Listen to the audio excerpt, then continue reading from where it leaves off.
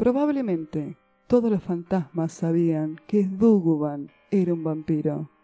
No le tenían miedo, pero le dejaban paso cuando él salía de su tumba a la hora precisa de medianoche y entraba al antiguo castillo en procura de su alimento favorito. El rostro de Duggan no era agradable. La mucha sangre bebida desde su muerte aparente en el año 1060 a manos de un niño nuevo David armado de una honda puñal había infiltrado en su opaca piel la coloración blanda de las maderas que han estado mucho tiempo debajo del agua. Lo único vivo en esa cara eran los ojos fijos en la figura de Lady Wanda, dormida como un bebé, en el lecho que no conocía más que su liviano cuerpo. Duggan caminaba sin hacer ruido. La mezcla de vida y muerte que informaba su corazón se resolvía en cualidades inhumanas. Vestido de azul oscuro, acompañado siempre por un silencioso séquito de perfumes rancios, el vampiro paseaba por las galerías del castillo, buscando vivos depósitos de sangre. La industria frigorífica lo hubiera indignado. Lady Wanda, dormida, con una mano ante los ojos como en una premonición de peligro, semejaba a un bibelot repentinamente tibio y también un césped propicio o una cariátide. Loable costumbre en Duggan era la de no pensar nunca antes de la acción. En la estancia y junto al lecho, desnudando con levísima carcomida mano el cuerpo de la rítmica escultura, la sed de sangre propició a ceder. Que los vampiros se enamorarán es cosa que en la leyenda permanece oculta. Si él lo hubiese meditado, su condición tradicional lo habría detenido quizás al borde del amor, limitándolo a la sangre higiénica y vital. Mas Lady Wanda no era para él una mera víctima destinada a una serie de colaciones. La belleza irrumpía de su figura ausente, batallando en el justo medio del espacio que separaba ambos cuerpos. Con el hambre, sin tiempo de sentirse perplejo, ingresó Duggan al amor con voracidad estrepitosa. El atroz despertar de Lady Wanda se retrasó un segundo a sus posibilidades de defensa, y el falso sueño del desmayo hubo de entregarla, blanca luz, en la noche, al amante.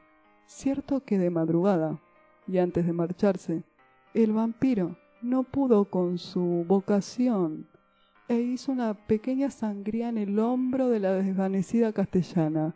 Más tarde, al pensar en aquello, Duggan sostuvo para sí que las sangrías resultaban muy reconfortables para los desmayados. Como en todos los seres, su pensamiento era menos noble que el acto simple. En el castillo hubo congreso de médicos y peritajes poco agradables, y sesiones conjugatorias y anatemas, y además una enfermera inglesa que se llamaba Miss Wilkinson, y vivía Ginebra con una naturalidad emocionante. Lady Wanda estuvo largo tiempo entre la vida y la muerte. La hipótesis de una pesadilla demasiado triste quedó abatida ante determinada comprobación ocular, y además, cuando transcurrió un lapso razonable, la dama tuvo la certeza de que estaba encinta. Puertas cerradas con llave habían detenido las tentativas de Duggan. El vampiro tenía que alimentarse de niños, de ovejas y hasta de horror, cerdos. Pero toda la sangre le parecía agua al lado de aquella de Lady Wanda. No lo libraba su carácter de vampiro. Exaltaba en su recuerdo el sabor de la sangre donde había nadado goloso el pez de su lengua. inflexible en su tumba, en el pasaje diurno, érale preciso guardar el canto del gallo para botar desencajado, loco de hambre. No había vuelto a ver a Lady Wanda, pero sus pasos lo llevaban una y otra vez a la galería terminada en la redonda burla amarilla de la Yale. Duggan, sensiblemente desmejorado, pensaba a veces, horizontal y húmedo en su nicho de piedra, que quizás Lady Wanda fuera a tener un hijo de él. El amor recrudecía entonces más que el hambre. Soñaba su fiebre con violaciones de cerrojos, secuestros, con la erección de una nueva tumba matrimonial de amplia capacidad. El paludismo se ensañaba en él ahora. El hijo crecía, pausado, en Lady Wanda. Una tarde oyó Miss Wilkinson gritar a su señora. La encontró pálida, desolada. Se tocaba el vientre cubierto de raso y decía: «Es como su padre, como su padre». Duggan, a punto de morir la muerte de los vampiros, cosa que lo aterraba con razones comprensibles, tenía aún la débil esperanza de que su hijo, poseedor acaso de sus mismas cualidades de sagacidad y destreza, se ingeniara para traerle algún día a su madre. Lady Wanda estaba día a día más blanca, más aérea. Los médicos maldecían, los tónicos cejaban, y ella, repitiendo siempre: «Es como su padre, como su padre». Miss Wilkinson llegó a la conclusión de que el pequeño vampiro estaba desangrando a la madre con la más refinada de las crueldades. Cuando los médicos se enteraron, hablóse de un aborto harto justificable.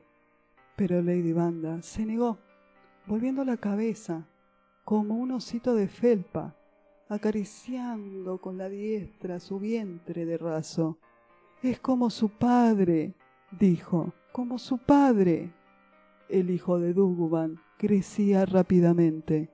No solo ocupaba la cavidad que la naturaleza le concediera, sino que invadía el resto del cuerpo de Lady Wanda. Lady Wanda apenas podía hablar ya, no le quedaba sangre. Si alguna tenía, estaba en el cuerpo de su hijo, y cuando vino el día fijado por los recuerdos para el alumbramiento, los médicos se dijeron que aquel iba a ser un alumbramiento extraño. El número de 4 rodearon el lecho de la parturienta, aguardando que fuese la medianoche del 30º día del 9º mes del atentado de Duggan. Miss Wilkinson, en la galería, vio acercarse una sombra. No gritó, porque estaba segura de que con ello no lograría nada. Cierto que el rostro de Duggan no era para provocar sonrisas. El color terroso de su cara se había transformado en un relieve uniforme, y Cardeno, en vez de ojos, 2 grandes interrogaciones llorosas se balanceaban debajo del cabello apelmazado. «Es absolutamente mío», dijo el vampiro, con el lenguaje caprichoso de su secta, «y nadie puede interponerse entre su esencia y mi cariño». Hablaba del hijo. Miss Wilkinson se calmó. Los médicos, reunidos en un ángulo del lecho, trataban de demostrarse unos con otros que no tenían miedo. Empezaron a admitir cambios en el cuerpo de Lady Wanda. Su piel se había puesto repentinamente oscura, sus piernas se llenaban de relieves musculares, el vientre se aplanaba suavemente, y con una naturalidad que parecía casi familiar, su sexo se transformaba en el contrario. El rostro no era ya el de Lady Wanda. Las manos no eran ya las de Lady Wanda. Los médicos tenían un miedo atroz. Entonces, cuando dieron las 12, el cuerpo de quien había sido Lady Wanda, y era ahora su hijo, se enderezó dulcemente en el lecho y tendió los brazos hacia la puerta. Duggan entró en el salón. pasó ante los médicos sin verlo y ciñó las manos de su hijo. Los dos, mirándose como si se conocieran desde siempre, salieron por la ventana, el lecho ligeramente arrugado y los médicos balbuceando cosas en torno a él, contemplando sobre las mesas los instrumentos de oficio, la balanza para pesar al recién nacido, y Miss Wilkinson en la puerta, retorciéndose las manos y preguntando.